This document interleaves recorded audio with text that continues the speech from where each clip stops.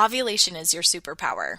Did you know that? Ovulation, while it is the shortest phase of your cycle, actually has incredible gifts to help you socially, to help you in terms of work performance, and knowing where ovulation is helps you to further your goals towards a potential pregnancy or prevent one from happening.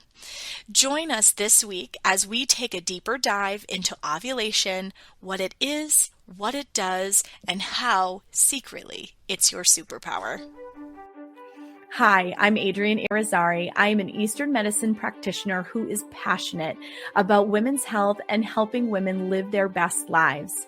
My goal is to put you in the driver's seat of your menstrual health, offering period solutions for a symptom-free life. Statements made in this program are for educational purposes only and not intended as a substitution for medical consultation or advice. We do not claim to diagnose, treat, or cure any diseases. This podcast is inclusive and welcomes all gender identities. The focus of the program is on biological function, and we will use the term women throughout, but it is referencing physiological and social challenges for biology, not identity. Come as you are, I am happy you're here and welcome all performances of identity. I hope you find something helpful in this show. Welcome back to another episode of the Reproductive Rebel podcast. So let's review. We've done an overview of the menstrual cycle. So check out that episode. We did a deeper dive into menstruation and what that should look like. We've taken a look at the follicular phase, what that is, what it does, and why it's important during your month. So now we have reached the pinnacle of your month, ovulation. So if you're just joining us in this series, be sure to check out the previous 3 episodes in order to catch up to where we're talking about. For those of you who've been listening all this time, let's go. So ovulation is like the full moon phase of your cycle. It is where your libido is high and your energy level is high. Now, I say that, and I know that for some of you, your experience with ovulation is actually one of misery, where you feel like you have PMS symptoms, or you spot, or you get cramps, and that's how you know that ovulation is coming. That actually speaks to an imbalance in your body, because ovulation is the beginning of your luteal phase. It is an energetic event. So if you don't have enough energy to make the process go, that would be qi in Chinese medicine. If you do not have enough qi to make the process happen, you will have symptoms, adverse symptoms that go along with that process. Okay, so if you are somebody who is listening and you are someone who does struggle with cramps or spotting or emotional symptoms, lethargy, anything like that at or just before ovulation, that's something that you're going to want to take a look at. Because what it should be for you is your most outgoing, high energy time of the whole month. Unfortunately, it is also the shortest part of our entire cycle. It generally only lasts 1 to 2 days. I know, isn't that awful? We finally get to the climax of the whole thing where we have so much energy and we feel great and we can multitask like a boss, and it only lasts 1 to 2 days. Not fair, right? So the actual event of ovulation doesn't last that long. So the very end part of your follicular phase is the beginning of your fertile window. So you are fertile 5 days before ovulation takes place, and I'll tell my clients 2 days after, just because if people are really trying to prevent pregnancy, it's best to be a little on the conservative side and actually delay intercourse and penetrative sex without a barrier for at least a couple days afterwards, just to make sure that you don't get pregnant. So I would say err on the side of caution if prevention is your focus.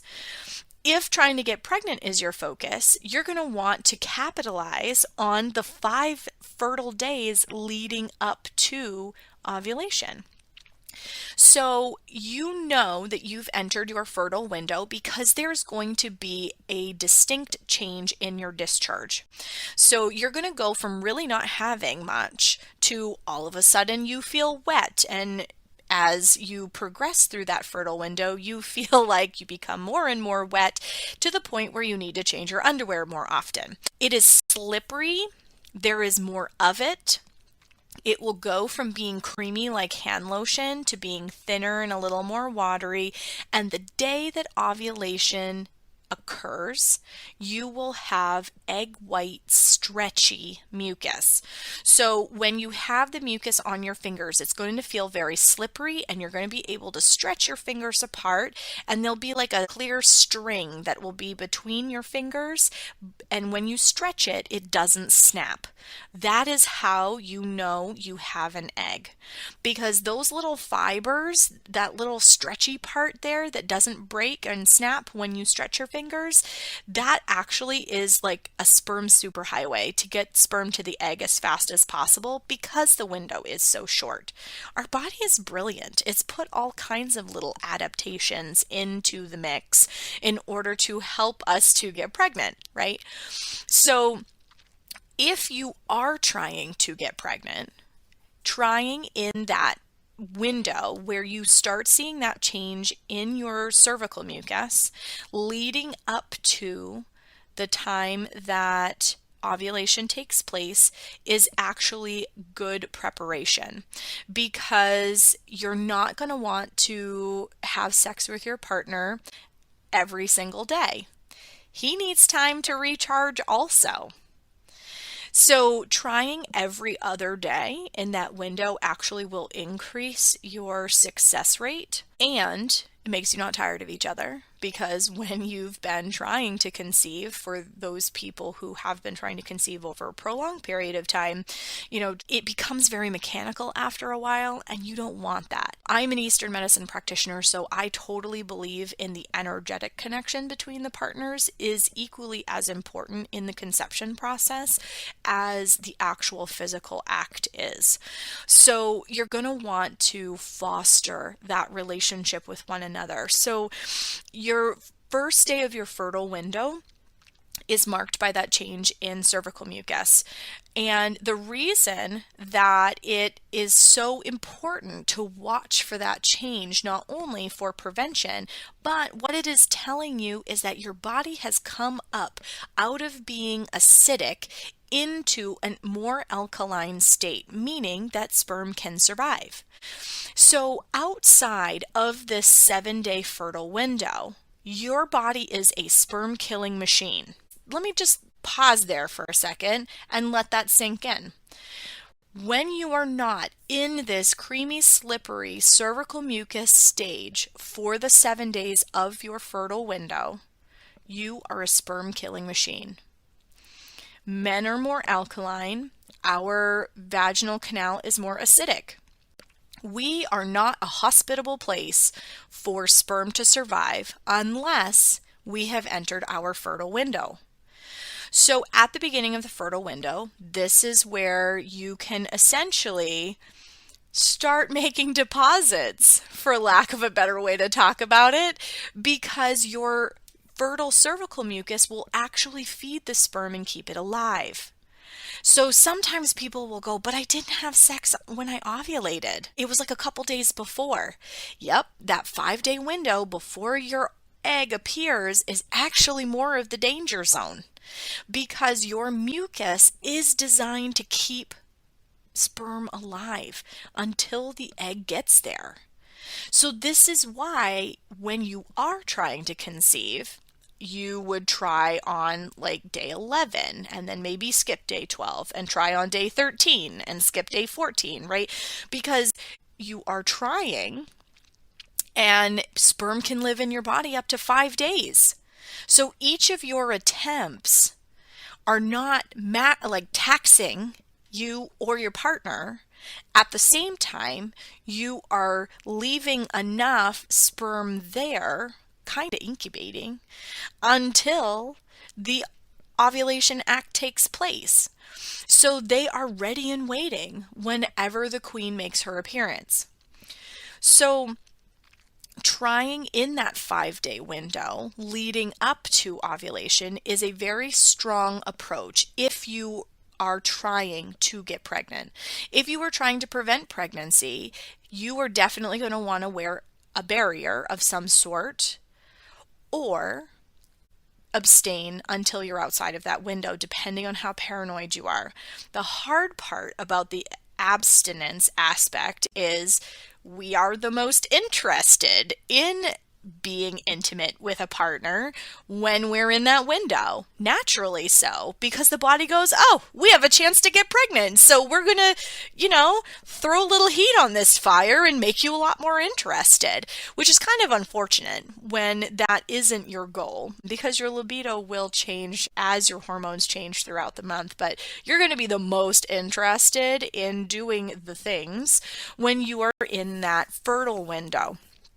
So ovulation is where estrogen reaches its peak and testosterone surges. So that fluffing hormone that helps your skin to glow and look all supple and things like that reaches its peak. So you are literally the most glowing, and your face is symmetrical, and all of these things that are adaptations that our body has built in order to attract a mate during ovulation. So, like I said, the start of your fertile window leading up to ovulation is signaled by a change in your discharge. And when you have an egg present, you are going to stretch that mucus between your fingers and it's not going to snap. All right. Once the queen arrives, the egg can only survive 12 to 24 hours.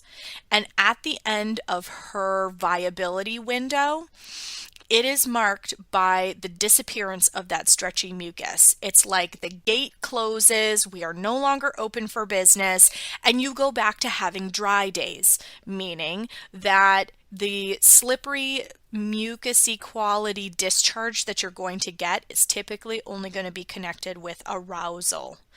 It is not going to be this consistent all the time through the day kind of thing.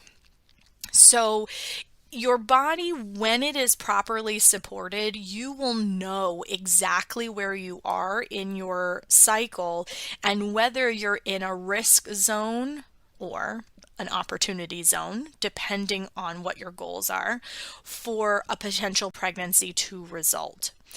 So ovulation, being that full moon phase, think about all the bright light that you get with ovulation, right? That's where your energy is at its peaks, and you're also the most social during that time frame, and for very specific reasons, like you're there to attract a mate, right? From a biology perspective anyway.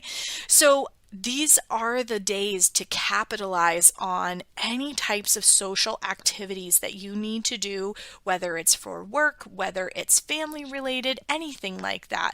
Like those are the times to, schedule your calendar maybe a little longer than you were before, because you're going to have the stamina to do it. For people who exercise and are, maybe a little bit more regimented and even competitive with their exercise, this is the time that you're going to see your personal records and where you're going to hit your personal records. And in doing that, it's going to feel very easy. So I had my biggest deadlifts during my ovulation phase, and I was so proud of myself. And not only did I put up like really heavy weight, but I was able to do it with very little effort. I had to work for it. That's the whole point. Like, you have to work your muscles in order for them to be able to lift more. But what I'm saying is that I didn't have to strain and I didn't have to emotionally dig deep in order to make it happen, because I was in the peak of the month. My testosterone was surging. My estrogen level was high. I had the energy. I can find that my brain will multitask better when I'm in that phase of my cycle. I said in a previous episode, I am more of a naturally introverted person. But during this phase, this is where I'm like looking at my husband and going, can we go out on a date, please? Like, I want to go out. I want to go see my friends. I want to go visit. I want to meet people. This is where I do most of my networking. I do all my podcast recording in this zone because this is where everything just flows for me. And I am articulate because, oh my goodness, you try to talk to me when I am on the doorstep of the end part of my luteal phase, when I'm just before menstruation, forget it. I am going to sound like I can't string an entire sentence together successfully. Any of my clients who are listening to this who have talked to me during that part of my cycle, they know that like the lights are on, but I struggle to get complete sentences out just because it takes a lot more energy for me to generate it as an introverted person and get it back out my mouth again, right? So during ovulation, this is where everybody should capitalize on that social aspect of things. If you are going to be a professional speaker, or you're giving a presentation at work, or you're recording classes, or maybe you're a podcaster, or whatever it is that you're doing that is a very social, extroverted energy type activity, this is the time to do it. You are harnessing your superpower, and you can do so many things with a backflip and a twist, and kind of simultaneously. Like, I try to schedule even my kids' activities because, I have to go and I stand and socialize with the other parents and things like that brought their kids to those activities because I'm a homeschooling parent. And I find that when I am like right on the doorstep of my menstrual phase changing into menstruation, I am so antisocial. I hate to say that, but I really struggle to be able to hold up my end of the conversation, and I feel so bad. And I've even apologized to some of the moms in some of these groups and things like that because I'm like, I'm sorry. Where I'm at right now, I'm just super tired. It's totally not you. Because I don't want anyone to think that I am just antisocial or I'm bitchy or, whatever. Like, that's not what I want people's impression of me to be. But being able to communicate those things, like, think how that changes your interpersonal relationships. Like, being able to advocate for yourself when you're feeling that way, or when you are in that ovulation phase. If you want to put your best foot forward, this is where you want your first impressions from others to be of you, because this is where you're at your peak. When you are in that ovulation phase, you can go like a house afire. It is incredible what women can accomplish. And when I say women, I'm talking assigned at birth, right? So we're talking about biochemical processes in the body. And when women can harness that superpower, we are unstoppable. Absolutely unstoppable. So if you are looking to have fewer symptoms throughout the month, it is so important for you to learn all of the joys and places to support your body in each phase of your menstrual cycle. You can completely change your experience with your health, your immune system, the way your period is showing up for you, everything, if you know the superpowers that our cycle gives us and where we need to provide more support to our bodies. So keep following these episodes. We've got one more cycle phase to go. So next episode, we're going to do a deeper dive into the luteal phase and what that has for joys and sorrows for some of us. If you are looking to have a little bit more of an in-depth look at the energetic changes that you get, as well as a deeper look at harnessing this superpower, check out Not Your Mama's Menstrual Course. It is a wealth of information how to be able to really capture the strong aspects of each of these phases in order to go with the flow of your entire menstrual cycle so that you have more ease and you have fewer symptoms.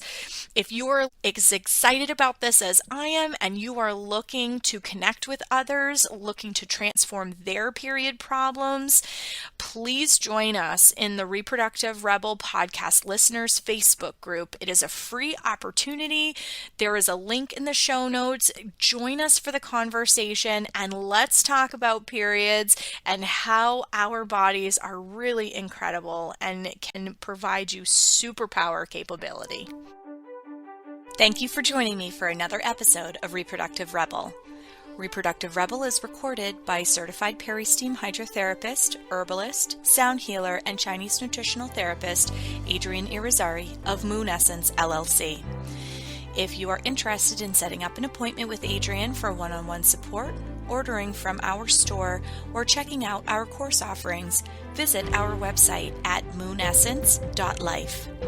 Be sure to subscribe to our newsletter to get insider information on upcoming events and offerings. Join the conversation. Like us and follow Moon Essence Me on Instagram, Facebook, Twitter, or LinkedIn. Your voices make this program possible. Thank you all for your continued support.